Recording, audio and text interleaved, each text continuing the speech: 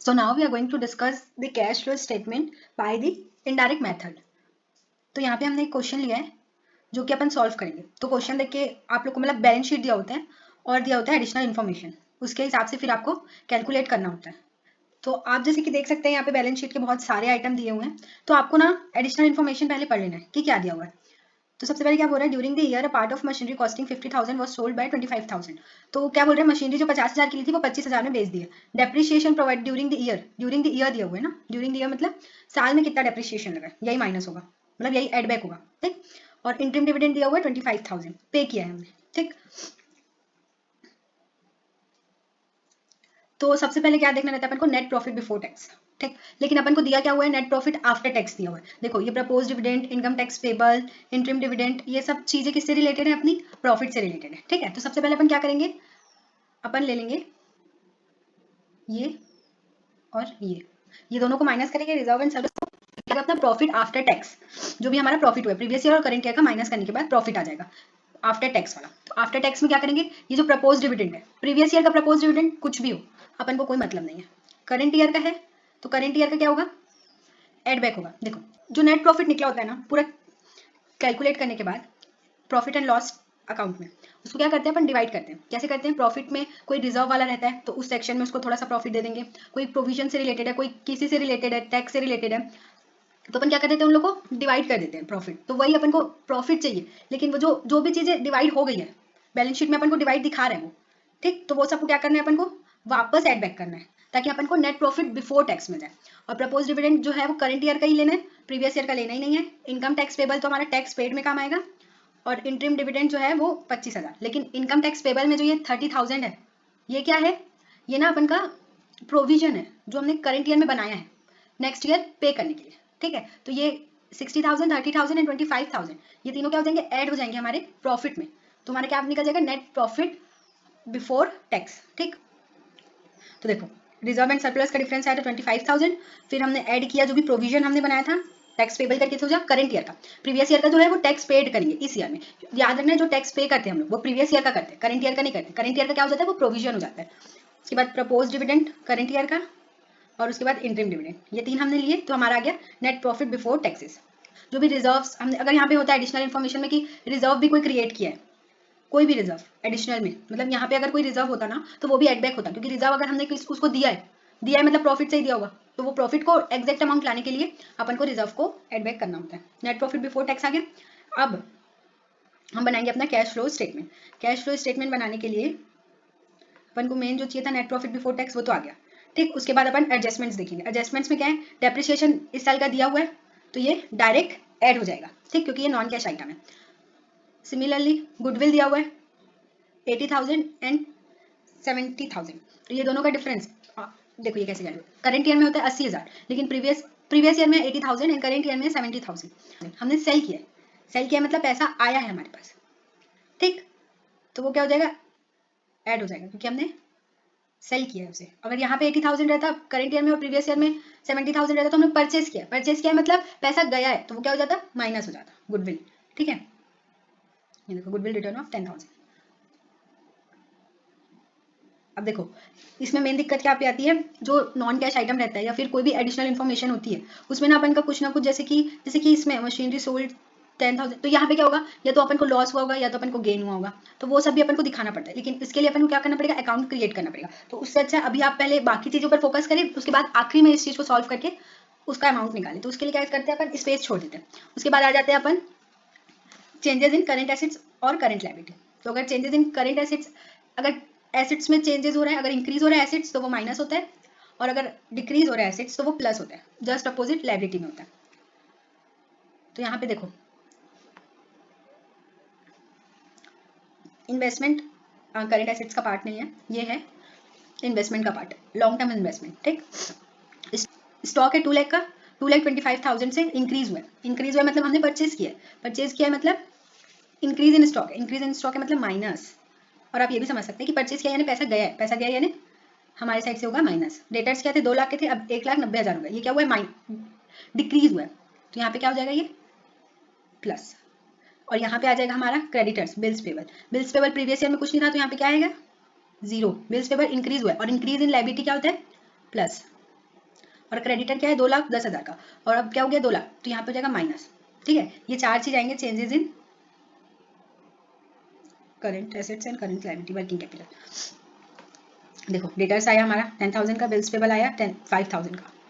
ठीक, और हाँ यहाँ पे आएगा लेस, ये गलत दिया हुआ है, ये दोनों आएंगे माइनस पे।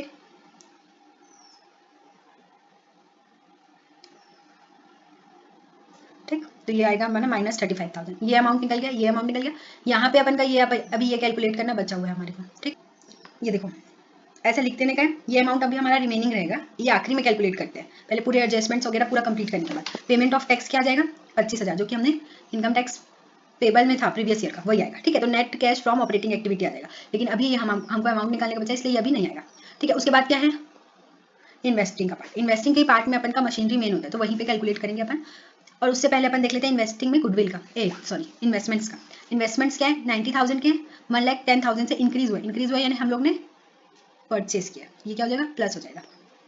ठीक, अब अपन को क्या बनाना है, मशीनरी अकाउंट बनाना है, जिसमें से अपन का गेन है कि क्या है वो निकलेगा। तो balance brought down, balance carry down, और ये एडिशनल इन्फॉर्मेशन। ठीक, 50,000 की मशीन 25,000 में बिकी है, ये देखो।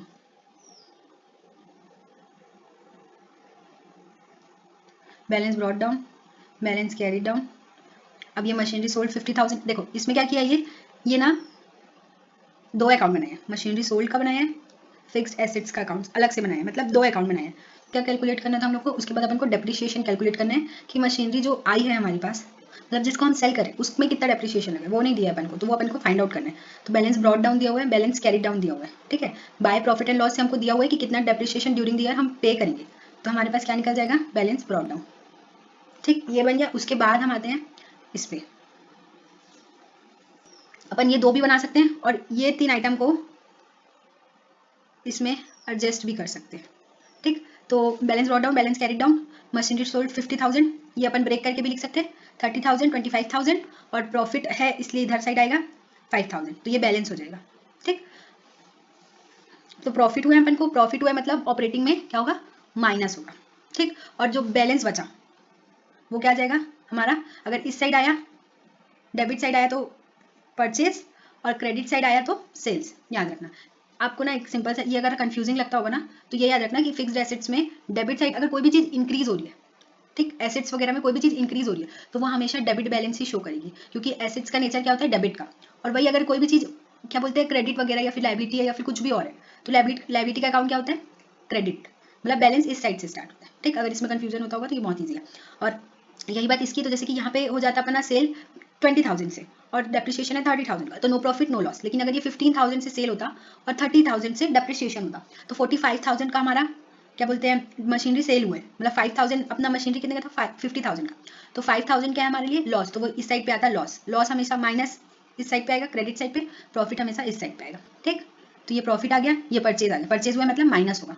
ठीक, ऑपरेटिंग का पूरा चीज निकल गया क्योंकि एडिशनल और कोई इन्फॉर्मेशन नहीं दी ऑपरेटिंग से रिलेटेड, तो ऑपरेटिंग के अमाउंट में आ जाएगा गेन, गेन मतलब माइनस होगा।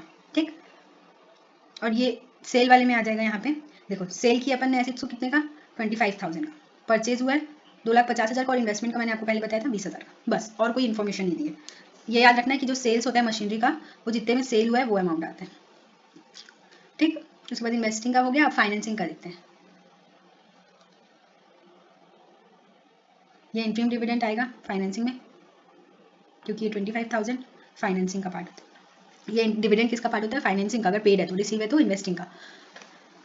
उसके पहले आ जाएगा ये हमारे पास शेयर कैपिटल, तो 3,60,000 से था इंक्रीज हो गया 4 लाख से, मतलब अब इसको समझो 3,60,000 का हमारे पास पहले से शेयर था, हमने और उतना कितना 40,000 और बढ़ा दिया, 40,000 बढ़ा दिया मतलब हमारे पास कैश आया होगा, हमने ले भाई तो हमारा शेयर ले ले हमको पैसा दे दे, तो उससे पैसा आता है हमारे पास जब भी हम शेयर इशू करते हैं, तो पैसा आया है मतलब प्लस, तो यहाँ पे आ जाएगा शेयर कैपिटल में, ये हो जाएगा प्लस का अमाउंट। ठीक, और बैंक लोन 1 लाख का था 75,000 हो गया, तो हमने पैसा रीपेमेंट किया है बैंक को, तो क्या हो जाएगा माइनस हो जाएगा 25,000, कैश का जाना हो रहा है मतलब माइनस।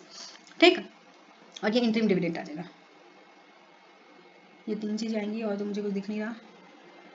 ये देखो इशू किए शेयर कैपिटल प्लस हुआ, repayment of bank loan minus हुआ। ठीक, इंटरिम डिविडेंड माइनस हुआ। हाँ, प्रपोज डिविडेंड जो है प्रीवियस ईयर का वो आएगा फाइनेंस में। प्रीवियस ईयर का है मतलब इस साल वो पे होगा, तो यहाँ पे ये माइनस होगा, ठीक, पेमेंट हो रहा है मतलब माइनस होगा। और उसके बाद आ जाएगा net use of financing activity, ये आ गया। उसके बाद क्या लेते हैं, कैश एट द बिगनिंग, और वो दोनों को ऐड करेंगे। इसमें सबसे अच्छा बेनिफिट क्या रहता है बताऊँ, एंडिंग में ना जो अमाउंट आ रहा है वो आना चाहिए, जो कैश एंड कैश एट मतलब कैश एट बैंक जो है वो एंडिंग जो अमाउंट है एंड पीरियड का क्लोजिंग जो अमाउंट है वो सेम होता है। जैसे कि 1,05,000 में अगर 1,30,000 माइनस करेंगे तो हमारा आ जाएगा 25,000 कैश एट द बिगनिंग, और net cash flow from activities जो भी आएगा। एक और क्वेश्चन मेरे पास, ये भी डिस्कस कर लेते हैं क्या है इसमें। एक गुड लक कंपनी है, उसको प्रिपेयर करवाना है कैश फ्लो स्टेटमेंट, ठीक है। तो ये अपने पास दिया हुआ है बैलेंस शीट 2 साल का, क्रेडिटर्स दिए हुए हैं, लोन्स दिए हुए हैं। तो पहले ना एक काम करिए कि लिख लीजिए कि कौन सा किस एक्टिविटी में आएगा, तो वो आपको इजी जाएगा कि कैसे करना है। क्रेडिटर्स किस में आता है, ऑपरेटिंग का पार्ट है। लोन फ्रॉम एक्स, लोन हमने लिया है मतलब फाइनेंसिंग का पार्ट है। अगर हमने दिया होता तो किसका पार्ट होता, ऑपरेटिंग का पार्ट होता। लोन फ्रॉम बैंक ये भी फाइनेंसिंग का पार्ट है। कैपिटल तो अपना प्रॉफिट का निकालने के लिए काम आता है, ठीक। और उसके देखो एडिशनल में कोई इन्फॉर्मेशन नहीं दी कि टैक्स क्या है, वो क्या है, ये क्या है, तो अपन को इसमें लेना ही नहीं है टैक्स, ठीक है। अगर कोई दिया ही नहीं इन्फॉर्मेशन तो फालतू दिमाग लगाने की वजह। कैश एंड में काम आएगा। डेटर्स ऑपरेटिंग का पार्ट है। स्टॉक ऑपरेटिंग का पार्ट है। मशीनरी दो चीज का पार्ट होती है, तो होती है ऑपरेटिंग का पार्ट है ना, नॉट फाइनेंसिंग का पार्ट, ठीक। ये इतनी इन्फॉर्मेशन दी हुई है अपन को। और ये क्या बोला, during the year machinery costing 10,000 with the accumulated depreciation of 30,000 was sold to be 5,000। 10,000 की मशीनरी थी, डेप्रिसिएशन 30,000 लगा है टोटल, और सोल्ड हुई है कितना, 5,000 में। तो ये देखो, अब डेटर्स स्टॉक्स ये सब का तो डिफरेंस कैलकुलेट करना है, और अगर इंक्रीज हो रहा है एज करेंट एसेट्स तो वो माइनस होगा, और डिक्रीज हो रहा है तो वो प्लस होगा। वैसे ही क्रेडिटर इंक्रीज हो रहे हैं तो प्लस होगा, और डिक्रीज हो रहा है तो माइनस। इसकी 25,000 था करंट ईयर में, मतलब प्रीवियस ईयर में। इस साल कुछ भी नहीं है, मतलब क्या हो गया, रीपेमेंट हो गया लोन का, ये क्या हो गया, माइनस होगा, ठीक। ये सब किस में जाएगा, फाइनेंसिंग का पार्ट है लोन वाला। क्रेडिटर्स जो है वो ऑपरेटिंग का पार्ट है। नेट प्रॉफिट कहाँ से आएगा, ये दोनों को माइनस करने से, ठीक। नेट प्रॉफिट बिफोर टैक्स आ गया। उसके बाद क्या करेंगे, ये दोनों तो आप अभी रहने दो, क्योंकि ये दोनों को एक साथ कैलकुलेट करने के लिए अपन को अकाउंट वगैरह बनाना पड़ेगा। बस एक यही डिफिकल्टी है इस क्वेश्चन में, बाकी सब कुछ नहीं है। वर्किंग कैपिटल, क्रेडिटर्स, डेटर्स बोला था मैंने। उसके बाद आ जाएगा स्टॉक वगैरह, स्टॉक, क्रेडिटर्स और डेटर्स। तो आ गया net cash from operating activity. देखो इसमें टैक्स का कोई कैलकुलेशन ही नहीं है, तो टैक्स माइनस ही नहीं हुआ, क्योंकि टैक्स का कुछ पार्ट ही नहीं दिया हुआ इसमें। इन्वेस्टिंग में आ जाएगा, अभी रुक जाओ, purchase of land, purchase of building, ये दोनों दी हुई थी इसमें। ये दोनों इंक्रीज हो रहा है मतलब परचेज की एडिशनल इन्फॉर्मेशन नहीं दी हुई है, मतलब अपन को डायरेक्ट लिख देना है इन्वेस्टिंग में, ठीक है। जगह छोड़ते जाएंगे क्योंकि अपन का कुछ चीजें रहता है, तो ऐसा करना है कि फॉर्मेट बनाने के बाद जगह स्पेस छोड़ देना। फाइनेंसिंग का पार्ट में तो कुछ है ही नहीं फाइनेंसिंग में, हाँ लोन था तो लोन का दोनों लिख लिया, और बाकी शेयर वगैरह, डिबेंचर, पेमेंट वगैरह कुछ नहीं है। तो अपन आ जाते हैं सीधा वर्किंग नोट में। वर्किंग नोट में 3 अकाउंट बनेंगे, machinery, depreciation, machinery accumulated depreciation, और क्या हो जाएगा, मशीनरी सोल्ड। मशीनरी सोल्ड का अकाउंट बनाने की जगह आप मशीनरी अकाउंट में भी एडजस्ट कर सकते हैं, ठीक है।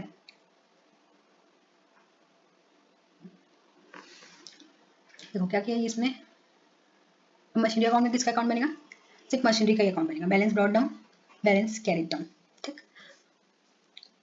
बाय बैंक पैसे जा रहे हैं मतलब 5,000, ठीक। लॉस 2,000 कैसे निकाला है, चेक करने दो मुझे। और फिर बैलेंस जो भी बचेगा वो डेप्रिसिएशन, अपन को सिर्फ इसमें क्या करना था, डेप्रिसिएशन का पार्ट कैलकुलेट करना था, ड्यूरिंग द ईयर उसने कितना पे किया है, ठीक। और लॉस आई थिंक ये एक्यूमुलेटेड डेप्रिसिएशन नहीं है, ये सिर्फ डेप्रिसिएशन है 3,000 का।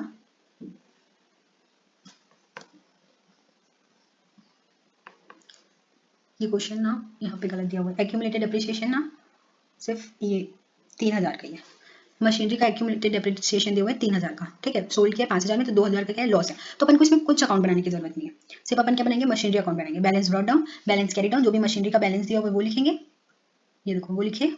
उसके बाद मशीनरी सोल्ड हुई है तो बाय कैश, जो भी मशीनरी सोल्ड हुई है 5,000 में सोल्ड हुई है, 3,000 का लॉस है, 3,000 का डेप्रिसिएशन है, 2,000 का लॉस है, तो डेप्रिसिएशन कितना आ जाएगा, 18,000।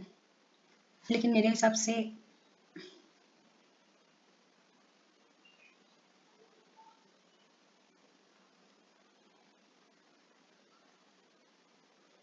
देखो इसमें क्या हुआ है कि जो 3,000 का यहाँ पे और अमाउंट आता, तब ये तीनों को प्लस करके क्या होता है, 10,000 होता है। या ये बात याद रखना कि जब भी कोई मशीनरी जा रही है तो उसका पूरा अमाउंट आएगा यहाँ पे, 10,000, 20,000, जितने में भी जा रही है मशीनरी, मतलब मशीनरी जितने पहले थी ना वो पूरा अमाउंट आएगा। और अगर ज्यादा आ रहा है उससे तो यहाँ पे क्या हो जाएगा, प्रॉफिट हो जाएगा, ठीक।